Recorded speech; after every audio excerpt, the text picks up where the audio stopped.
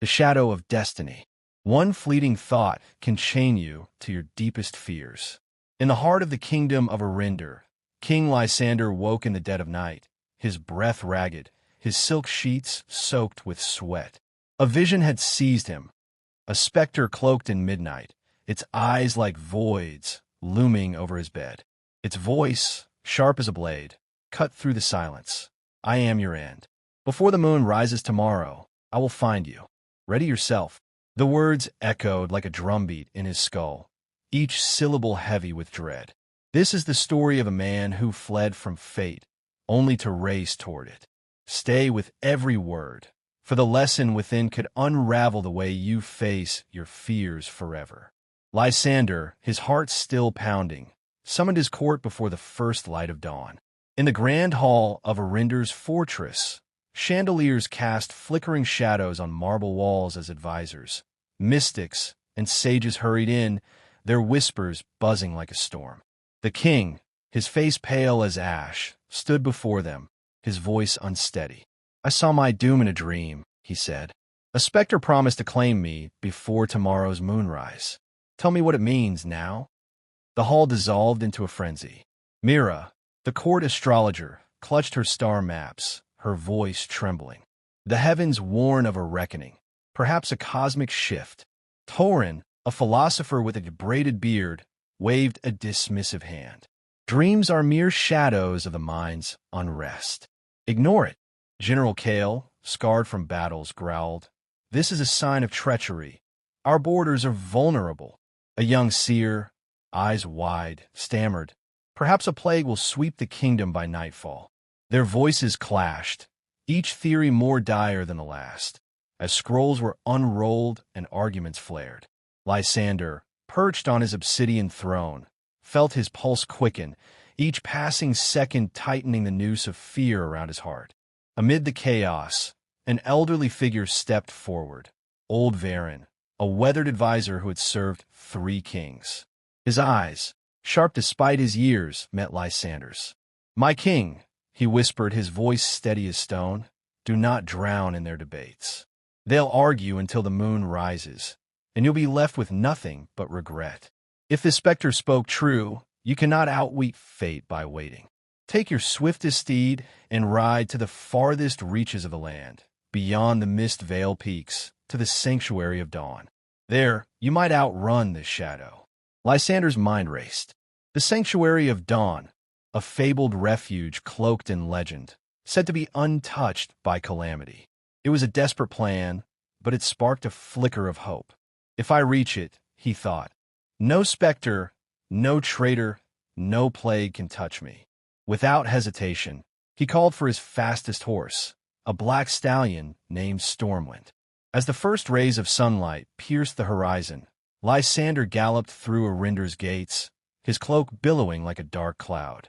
His guards shouted after him, but he outpaced them, driven by a primal urge to survive. The journey was relentless. Stormwind's hooves thundered across frost-kissed plains, over bridges swaying in the wind, and through valleys where mist clung like ghosts. Lysander's thoughts spiraled. What if the specter was a trick? What if it's already waiting? Each doubt fueled his speed, urging him onward. By midday, he had crossed the jagged mist-veiled peaks, their peaks clawing at the sky. His body ached, his throat burned, but he pressed on, the sanctuary of dawn his only beacon. The sun climbed higher, then began its descent, casting long shadows that seemed to mock his flight. As dusk painted the sky in hues of amber and violet, Lysander reached the sanctuary, a vast meadow cradled by ancient cliffs, where a single silver willow stood, its branches shimmering in the fading light.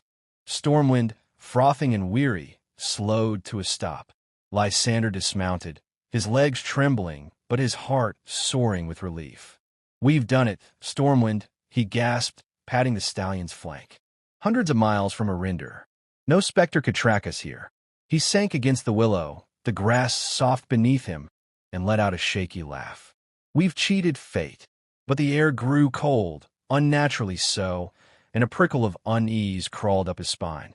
A faint rustle stirred behind him. Lysander froze, his breath catching. Slowly, he turned, and his blood turned to ice. There stood the specter from his dream, its cloak blending with the twilight, its eyes gleaming like twin stars. "You," Lysander whispered, his voice barely audible. "How?" "I rode faster than the wind. I crossed mountains and rivers. How did you find me?" The specter's lips curled into a faint, knowing smile. "Find you? My king, I was never chasing you. I was waiting here, beneath this willow, where your fate was written." Its voice was calm, almost gentle, but it carried the weight of eternity. "Last night I saw you in Arinder, so far from this place. I wonder how you would reach me in time. So I entered your dream, to set you on this path. And here you are, exactly where you were meant to be." Lysander fell to his knees, the truth crashing over him like a wave. His flight, his desperation, his every choice had led him straight to the specter's embrace. The meadow, the willow, the twilight, they were not his salvation, but his destination. As the moon began to rise, casting silver light across the sanctuary, Lysander's heart slowed, and he understood. He had not outrun his fear. He had delivered himself to it. This tale is a mirror to our own lives. Fear, when left unchecked, becomes a labyrinth we build ourselves. A single thought, a doubt, a worry, can spiral into a storm that clouds our judgment. Lysander's story shows us how panic can blind us, how overthinking can twist our paths toward the very outcomes we dread. Like the king, we often run from our problems, believing distance will save us. But running only deepens the trap. When fear strikes, it's tempting to let our minds race, to imagine every possible disaster. Yet the more we dwell, the larger those fears grow, until they consume our peace. Lysander could have stayed in Arinder, faced his dream with clarity, and sought wisdom instead of flight. Instead, he let terror guide him, and it led him to his end. We, too, face moments where fear whispers of danger, failure, rejection, loss. But running from those fears rarely brings relief. They follow, silent and relentless, until we turn and face them. The lesson is simple yet profound. Courage is not the absence of fear, but the choice to stand firm in its presence. When we pause, breathe, and think clearly, solutions emerge from the haze. Overthinking builds mountains out of shadows. Calmness reveals them for what they are. Lysander's race was lost the moment he let fear take the reins. Don't let it steer you. Face your challenges with a steady heart, and you'll find the strength to rewrite your own destiny.